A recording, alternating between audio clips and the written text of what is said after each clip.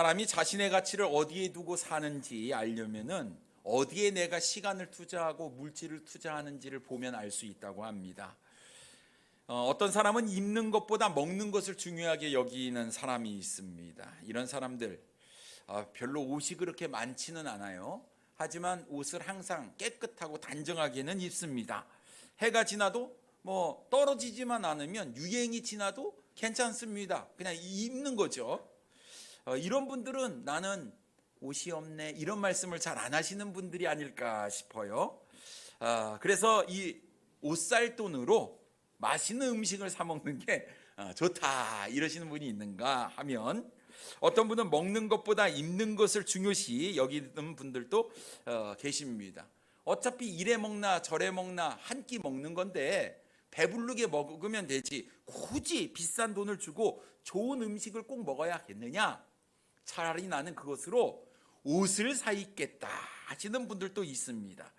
그래서 어차피 먹는 거 뒤로 나오는 건 똑같은데, 그러니까 나는 꾸미는데 치장하는데 더 주력을 하겠다라는 분들도 계시는 거예요. 그래서 이분이 어디에 마음이 있느냐 하는 것은 내가 물질을 어디에 투자하는가, 또 내가 어디에 시간을 많이 보내는가에 따라서 그 사람의 가치가 어디에 두고 있는지를 우리가 알 수가 있는 것이죠. 우리의 삶의 모습이 우리가 어디에 가치를 두고 사는지를 증명해 보여준다라는 사실입니다. 그러니 여러분, 우리가 말로 아무리 진실을 감추려고 해도 감춰지지 않습니다. 우리의 삶의 모습이 나는 어디에 가치가 있습니다라는 것들을 딱 증명해 주기 때문에 그래요.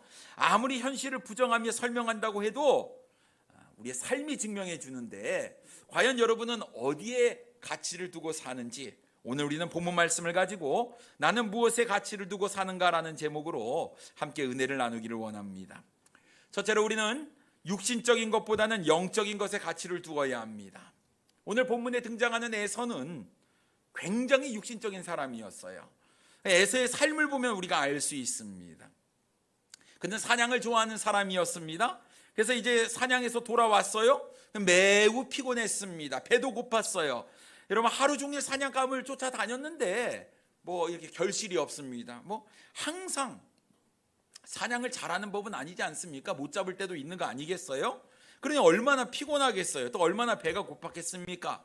그런데 때마침 야곱이 자신이 그토록 좋아하는 죽을 쓰고 있는 거예요.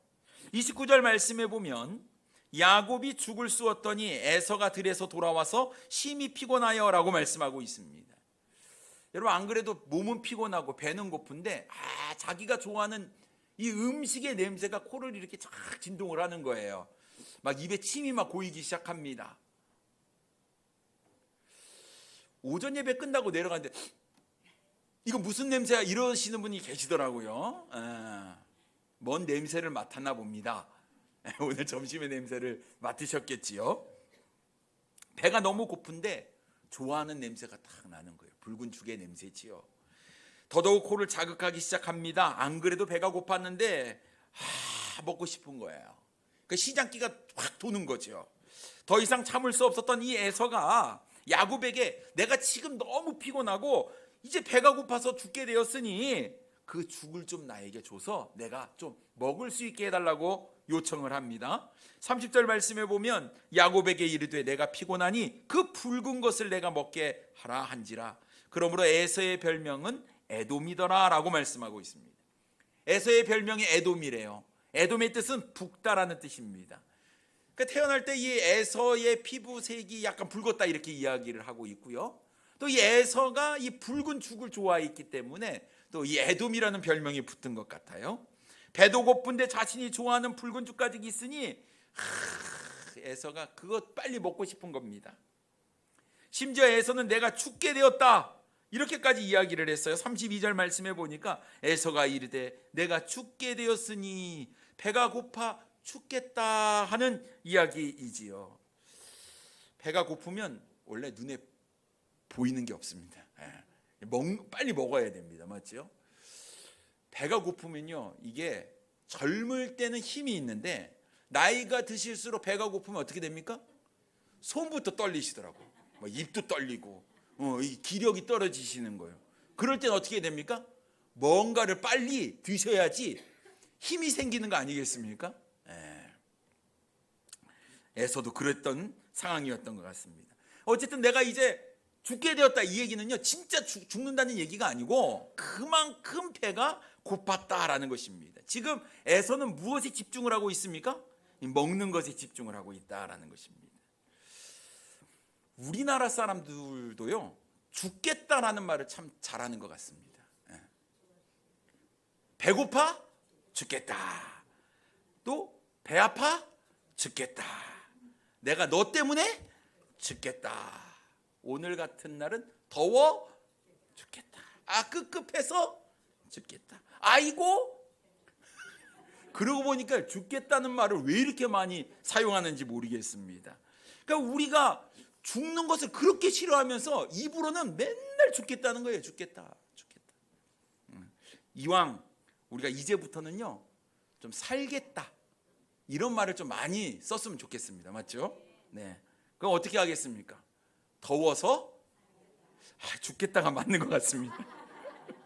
근데 우리 살겠다는 어디다 맞추면 좋냐?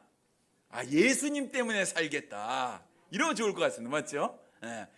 자매님 때문에 살겠습니다. 내가 형제님 때문에 살맛이 납니다. 우리 이렇게 표현을 하면 어떨까 싶습니다. 어쨌든요 이 에서가 중요하게 여기는 것은 지금 자신의 육신이었어요.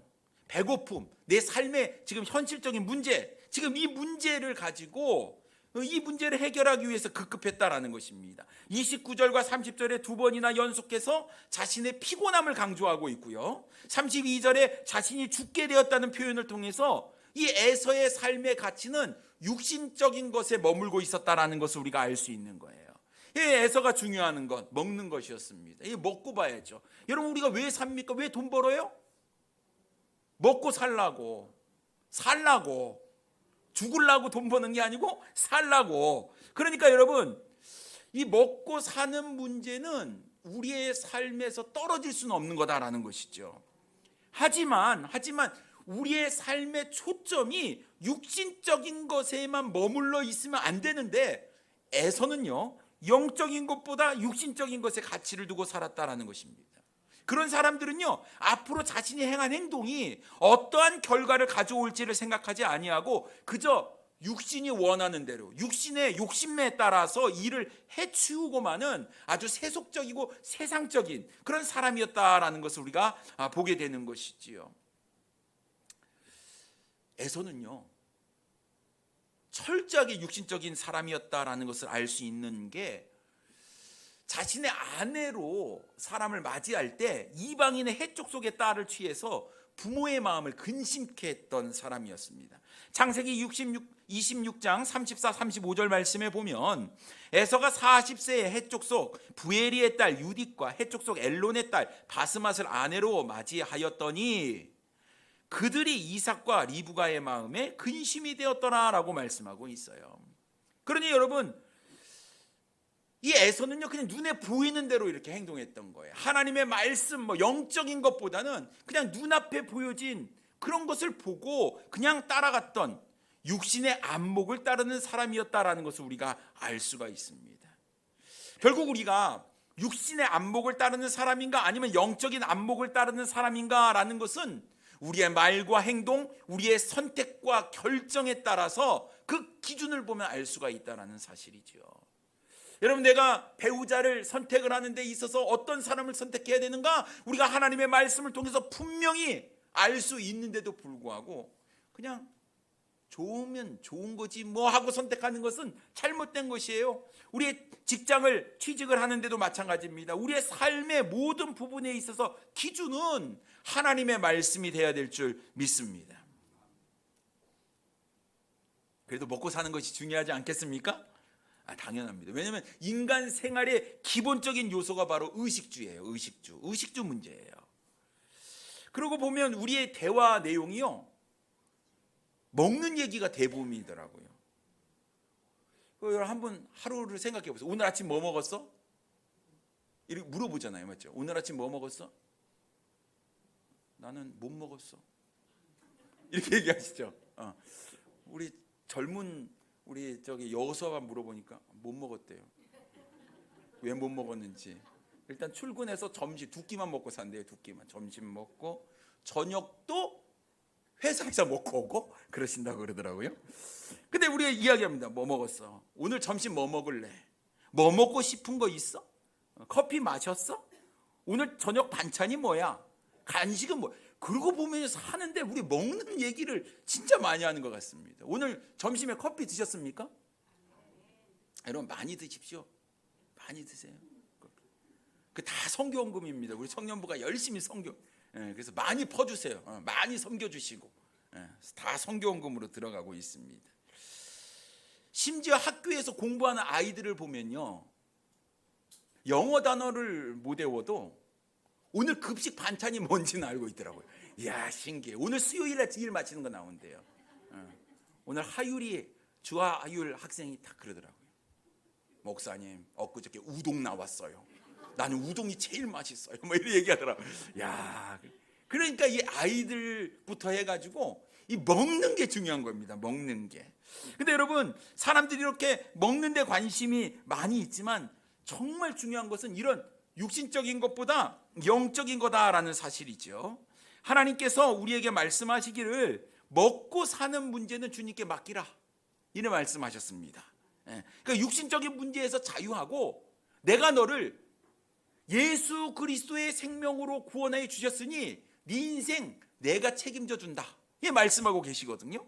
그래서 마태복음 6장 25절과 26절 말씀에 보면, 그러므로 내가 너희에게 이르노니 목숨을 위하여 무엇을 먹을까, 무엇을 마실까, 몸을 위하여 무엇을 입을까 염려하지 말라.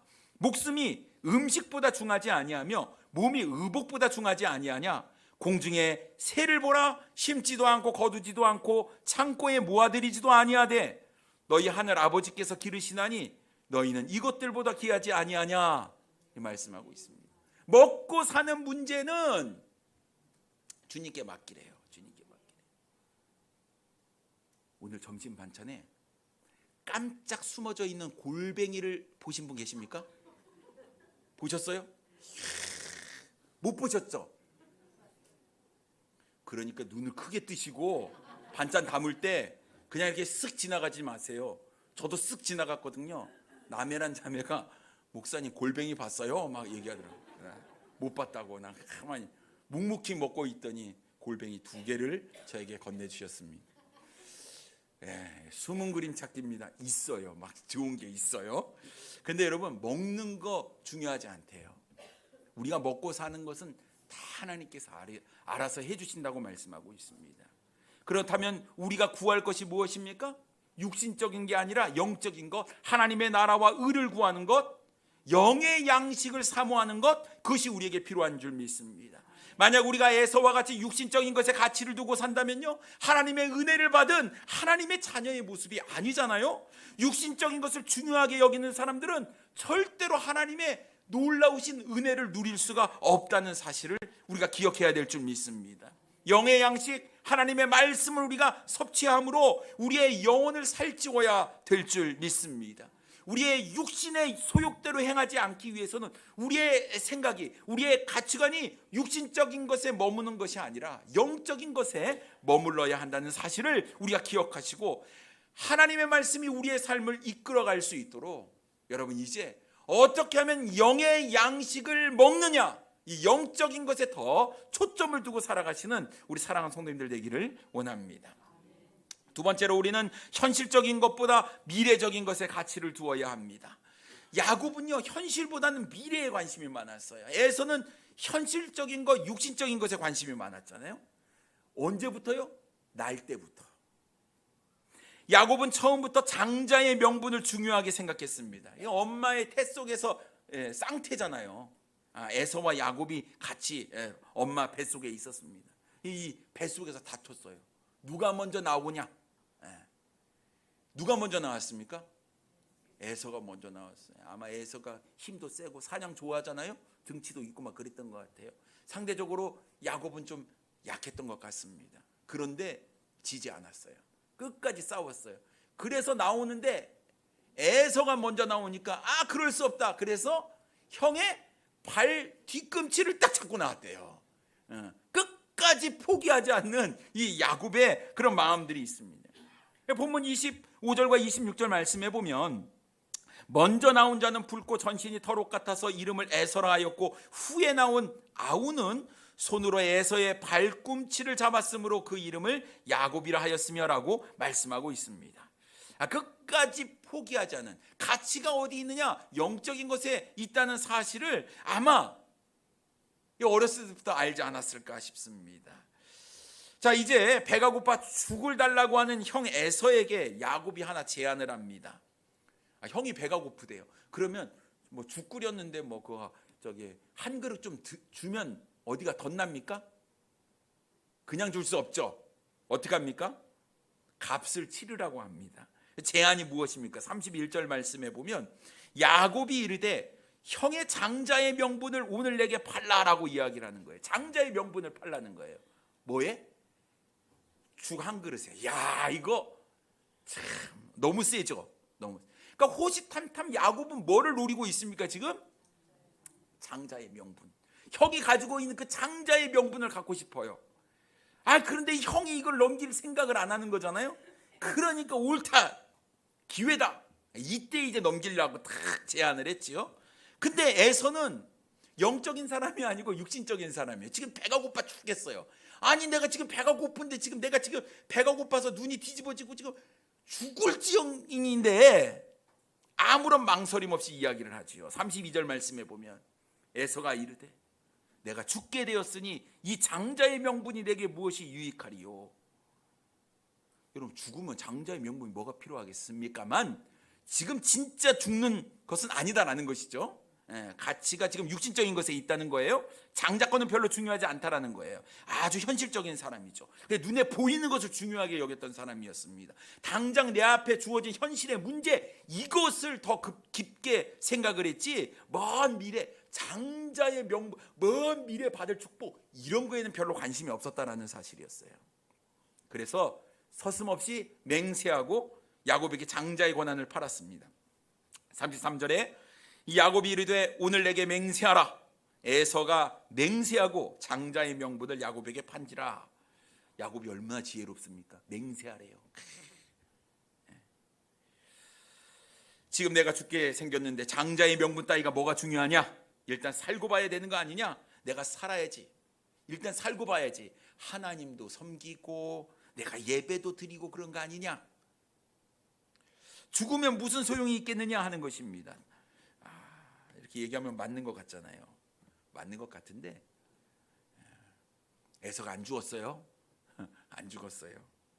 배가 고프지만 자신이 좋아하는 따뜻한 죽을 더 사랑했기 때문에, 그래서 에서는 그것을 선택하게 되었다라는 사실입니다. 여러분, 하나님 앞에서 죄짓는 사람이요 한 치 앞도 내다보지 않습니다. 내가 앞으로 내 인생이 어떻게 될지 별로 생각이 없어요. 지금이 중요한 거예요.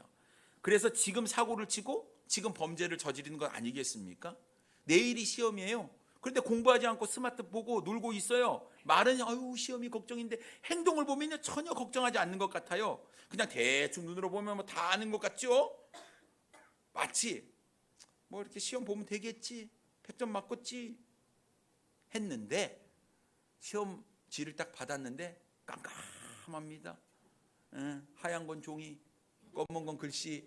그러다가 연필 굴리고 1번에서 5번 오지선다형 중에 하나를 찍습니다. 결과를 보니 참담합니다.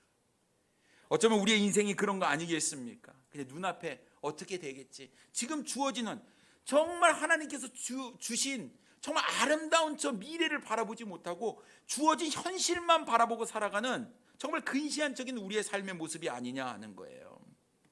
사단이요, 우리를 공격하고 유혹하는데 우리가 현실적인 문제에만 집중하기 때문에 얼마나 편하게 우리를 공격하는지 몰라요.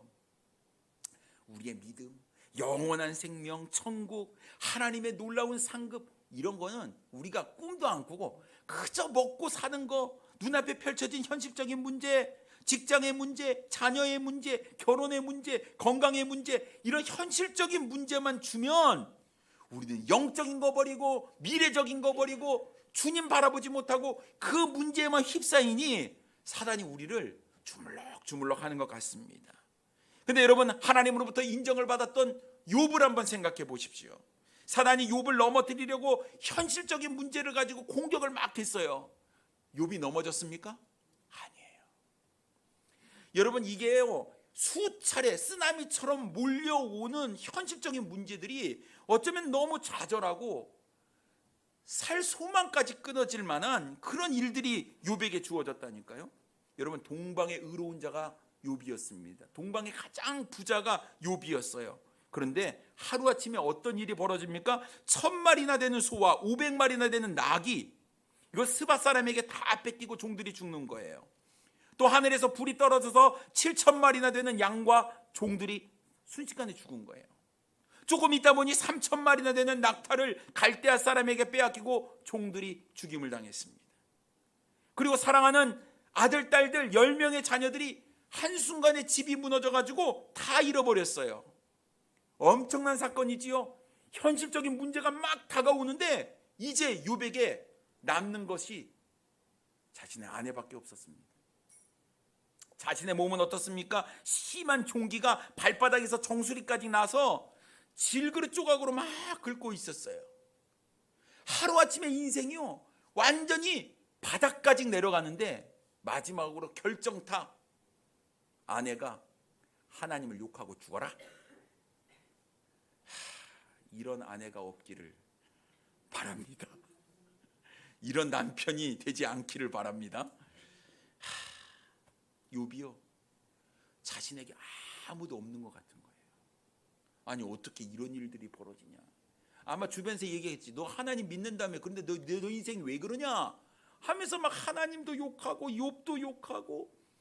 욥이요, 숨을 내야 숨을 데도 없고 온몸에는 종기가 나가지고 제 위에 앉아가지고 뻑뻑 긁고 있는 자신의 모습이 얼마나 처량하겠습니까?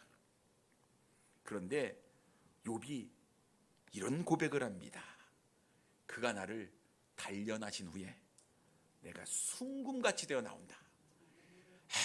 욥의 이 믿음의 고백이 현실적인 문제 앞에서 좌절하지 않았던 이 욥의 믿음의 고백이 하나님께서 그를 인정하시고 2배의 놀라운 축복으로 함께 하셨다는, 이런 우리 욥의 이야기를 우리가 알고 있지 않습니까? 그렇다고 한다면 사랑하는 성도님 여러분, 근시안적인 우리의 삶의 모습을 버려버리고 현실에 안주하는 우리의 모습을 버려버리고 이제는요, 좀 멀리 미래 고개만 숙이고 이 아래 여기서 벌어지는 나의 문제들에 매여 있는 것이 아니라, 여러분, 눈을 들어 하늘을 좀 보십시오. 우리 하나님을 좀 보세요.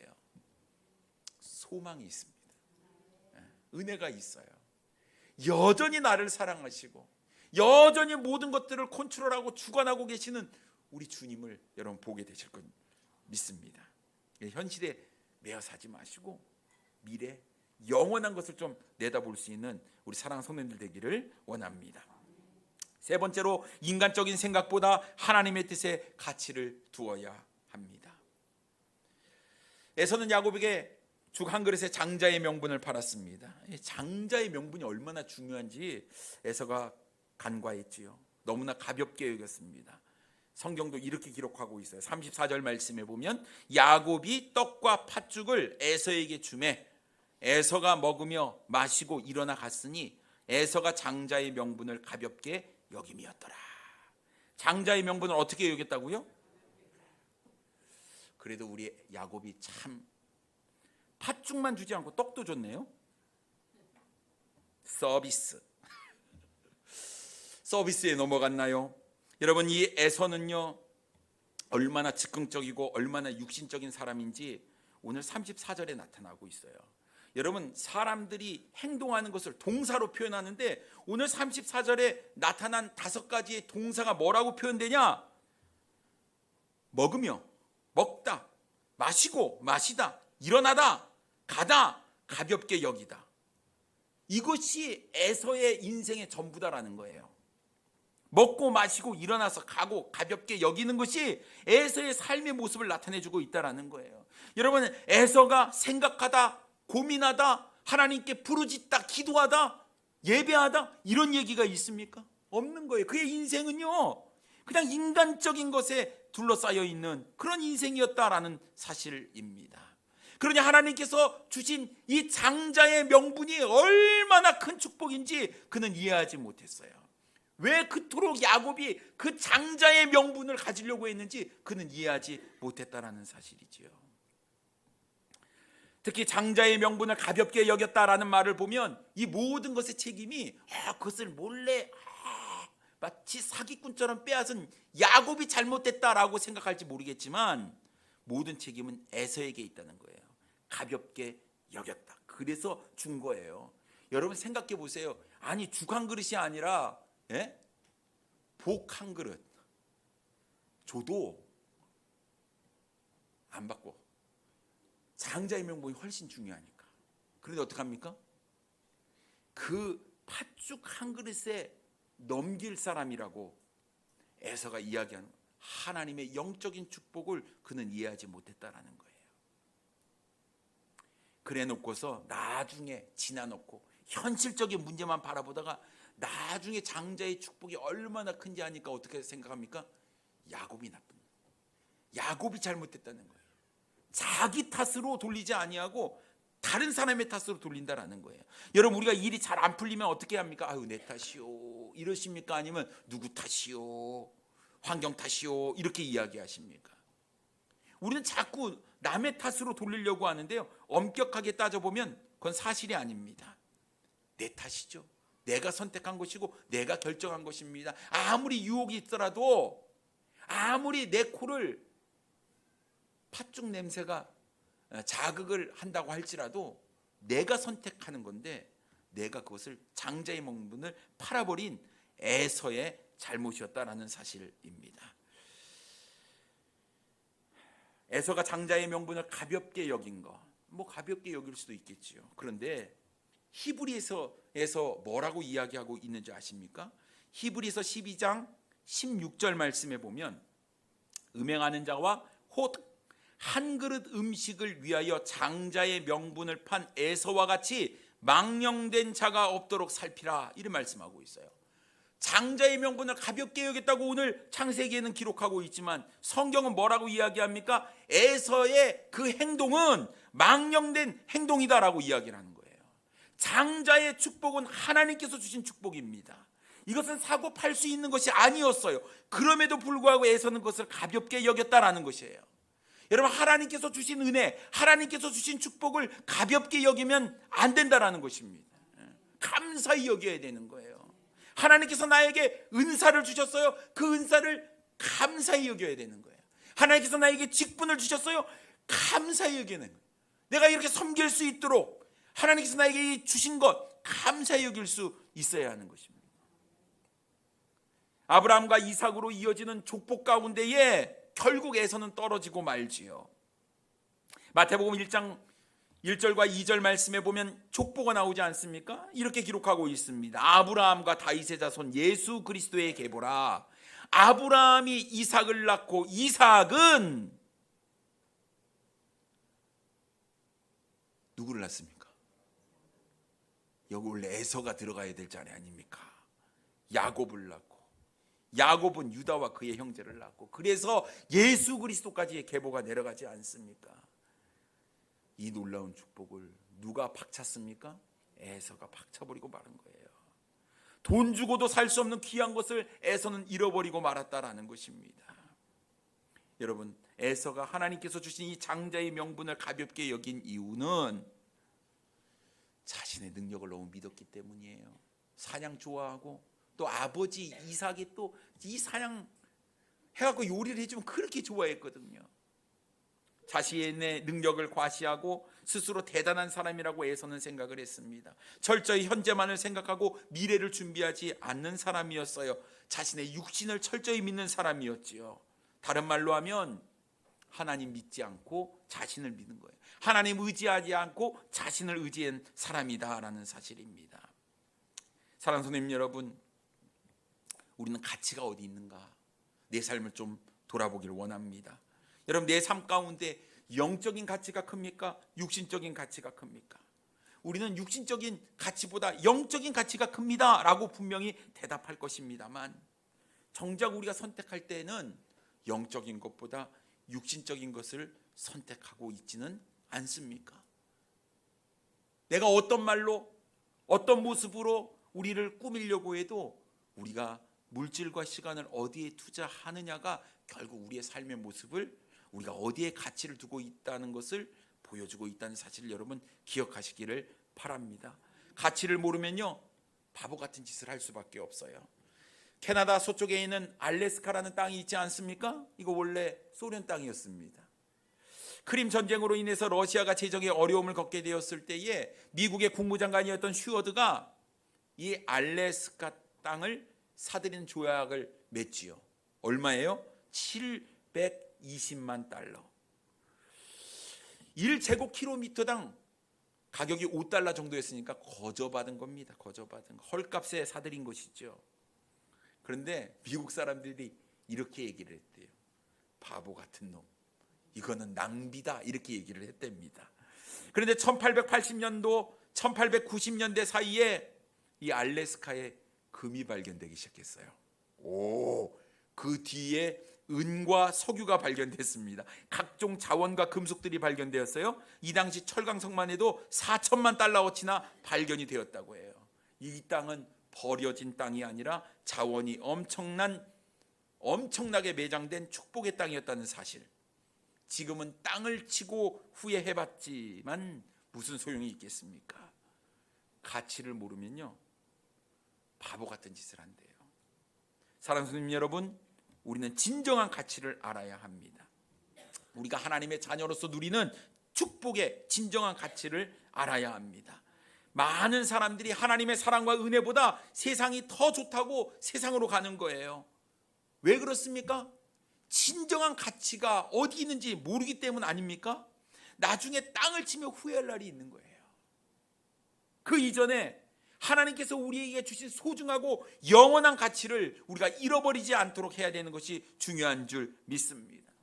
돈 몇 푼 때문에 하나님께서 지키기를 원하시는 그 믿음, 그 예배 우리가 놓쳐버린다면 우리는 에서와 같이 망령된 사람이다라는 거예요.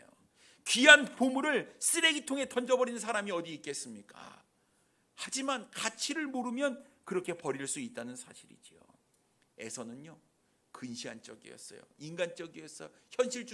현실주의자였어요. 그리고 육신에 빠져 있는 사람이었습니다. 사랑하는 성도님 여러분, 이제 우리는 영원한 거, 미래적인 거,